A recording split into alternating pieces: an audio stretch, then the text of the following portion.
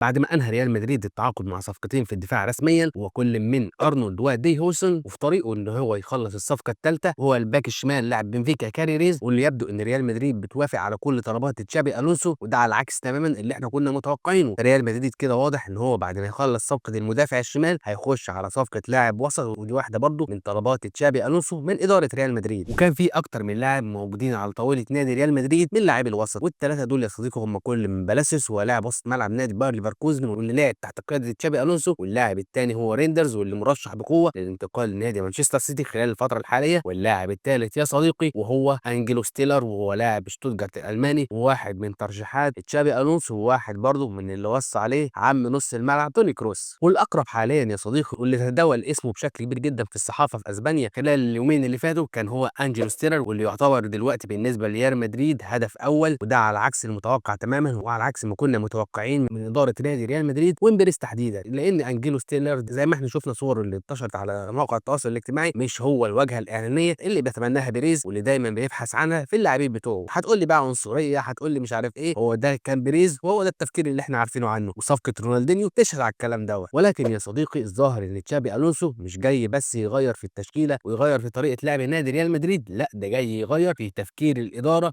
وتفكير النادي بالكامل في جلب الصفقات، ودي الحاجه اللي هتفرح بشكل كبير جدا جماهير نادي ريال مدريد وانا اول واحد فيهم. يا صديقي مين هو انجلو ستيلر اللي مرشحه توني كروس شخصيا لنادي ريال مدريد، واللي ظهر عليه كلام كتير جدا ان هو توني كروس الجديد في نادي ريال مدريد. فيا صديقي تعالوا مع بعض نشوف ايه هي اهم مميزات اللاعب دوت اللي تخليه وتاهله وترشحه ان هو يبقى واحد من نجوم نادي ريال مدريد في وسط الملعب. انجل ستيلر يا صديقي هو لاعب الماني عنده 24 سنه، بيلعب في وسط الملعب، بيقدر ان هو يلعب ارتكاز في وسط الملعب، برضه بيقدر يلعب في وسط الملعب كلاعب رقم 8، ومسيرته يا صديقي بدات مع نادي بايرن ميونخ، بعديها انتقل لهوفنهايم، وبعد كده انتقل للنادي اللي بيلعب فيه حاليا وهو نادي شتوتجارت، وبيقدم معاهم اداءات ولا اروع خاصه في الموسم الحالي، رغم ان شتوتجارت الموسم الحالي اداؤه مختلف تماما عن اللي قدمه الموسم اللي فات. ولكن يا صديقي ستيلر هو واحد من ابرز العناصر، ما كانش الابرز في نادي شتوتجارت الموسم الحالي، في ابرز العناصر الموجوده في نص الملعب في الدوري الالماني كله. ومن مميزات اللاعب ده يا صديقي هم ثلاث حاجات مذكورين على سوفا سكور، ولكن انا شايف يا صديقي ان عنده مميزات اكتر من كده بكتير. المميزات بقى يا صديقي اللي مذكوره على سوفا سكور هو البلاي ميكنج او صناعه اللعب، والبوزيشننج هو التمركز في الملعب اللي بيخليه دايما قريب من الكوره في كل الحالات اللي بتبقى فيها الهجمه، سواء انت بتهاجم او بتدافع. ثالث حاجه وهي الثنائيات الارضيه، ولكن يا صديقي انا الصراحه شايف ان هو مميزاته اكتر من كده بكتير، وده اللي هنشوفه مع بعض من خلال ارقامه من خلال اللقطات اللي هنستعرضها سوا. واللاعب يا صديقي في الموسم الحالي قدر ان هو يحرز هدف وصنع 8 اسيستات مع نادي شتوتجارت في الدوري الالماني، ودقه التمريرات بتاعته بتوصل ل 90%،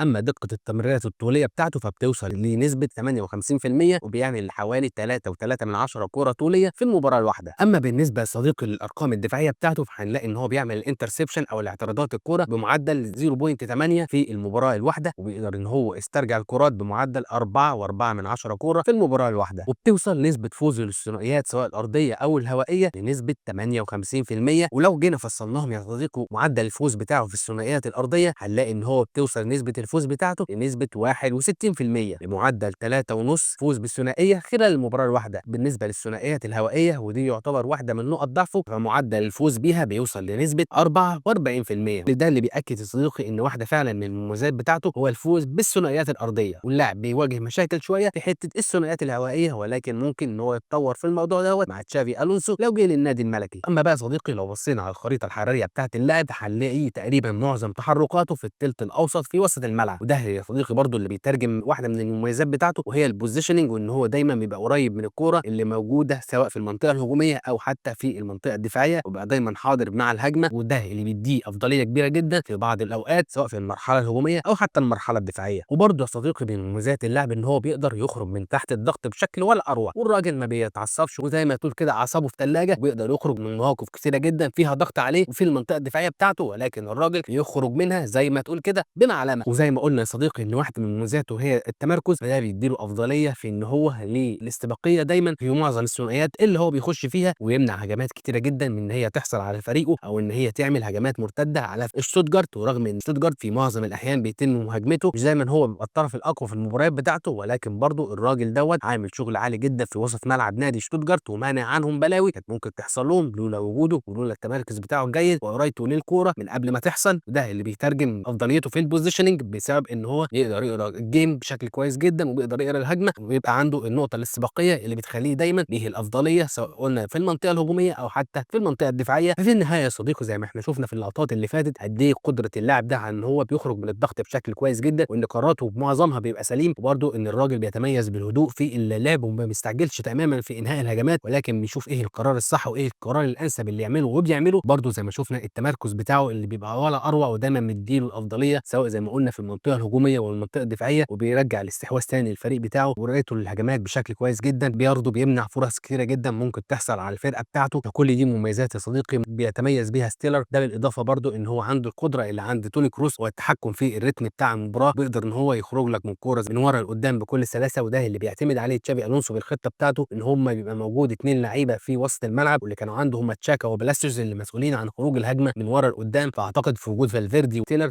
الاثنين يقدروا يقوموا بنفس الادوار اللي كان بيقوم بيها كل من تشاكا وبلاسيوس مع تشافي الونسو في نادي باير ليفركوزن. فاعتقد قدوم النادي ريال مدريد هيبقى مكسب كبير جدا وهيعوض بشكل كبير جدا الفقدان اللي حسينا بيه في وسط الملعب، وقد ايه ان اللعيبه اللي بتخرج بالكوره من المنطقه الدفاعيه للمنطقه الهجوميه كانوا مأثرين بشكل سلبي جدا على نادي ريال مدريد في الموسم الحالي بعد اعتزال توني كروس وعدم تعويضه بلاعب مناسب يقدر يقوم بالادوار اللي بيقوم بيها اللاعب الالماني مع طبعا تقدم العمر مع لوكا مودريتش. فطبعا ما تستناش منه ان هو يأدي لك كل الموسم بنفس المستوى، تبقى مستني ان هو اللي يشيل الفرقه على كتافه وعنده 40 سنه طوال الموسم. فاعتقد ان صفقه زي دي يا صديقي ريال مدريد محتاجه بشكل كبير جدا وبشكل ملح. فتلخيصا كده يا صديقي لعم انجل ستيرر فاقدر اقول لك ان هو لو جه هيحل مشاكل كبير جدا في نادي ريال مدريد. فمثلا عندك الخروج من الهجمه من ورا لقدام، انت ما كانش عندك حد ثابت في نادي ريال مدريد الموسم الحالي في نص الملعب يقدر ان هو يعمل اللقطه دي. كنا بنبدل ما بين بيلينجهام شويه وما بين مودريتش شويه لو بيلعب، واخيرا لقينا ملجا في عم اردا جولر في النقطه دي شويه. ولكن برضه يا صديقي في الطريقه اللي بيلعب بيها عم